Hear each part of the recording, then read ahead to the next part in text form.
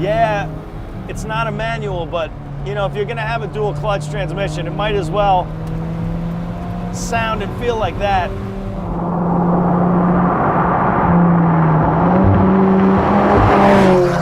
So yeah, I mean, unlike a car like, say, the Mazda Miata, the cabin noise in here is loud. You got the engine right behind your head, which actually sounds fantastic. And you've got a ton of wind noise. So, yeah, it's not exactly the car you'd want to drive if you're listening to classical music on the radio on this great Alpine, strange-looking deck that looks like you bought it at Sound Delusions on Northern Boulevard. But, you know, it adds to the experience. All right, so let's talk about the interior of this thing. It's really stripped down. There's some really kind of strange bits of it. I mean, I do like the dash cluster, even though it's kind of motorcycle-like, and it's sort of a combination of a motorcycle and the Lamborghini Aventador, so it's still at least Italian. But this Alpine deck kind of looks like an aftermarket piece, but hey, look, it probably sounds great. I wouldn't want to listen to it because I have this. Oh my!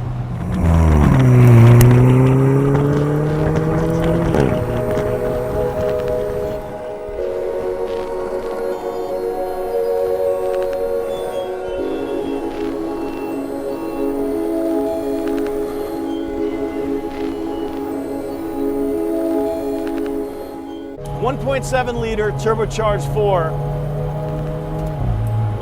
It's an engine that's kind of peaky. I mean, you really don't want it to fall below 3, and you really do want to keep it in the 4 range, because that's where it's just really meaty torque.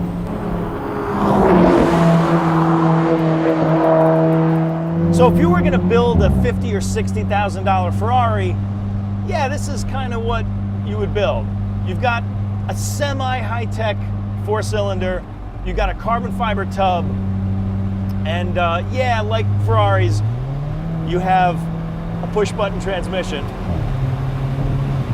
But also you get that lovely turn-in, direct connection, that feel, well, now we're going too fast, because this is a car you just keep going faster and faster and faster in, and now I'm going to take a breath, drive a little slower. I can't. No, I can't. So you might think those exhaust pops are a bit much, kind of gilding the lily, but like, ice cream doesn't come out of the churn with whipped cream on it. You know, sometimes you embellish.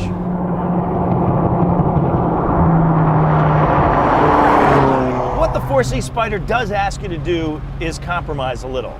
Yes, you compromise on the stick shift. You compromise on the wind noise, you compromise a bit on the stereo and on the interior, but on balance, the compromises do not outweigh how much fun this car is to drive around on a great road like this.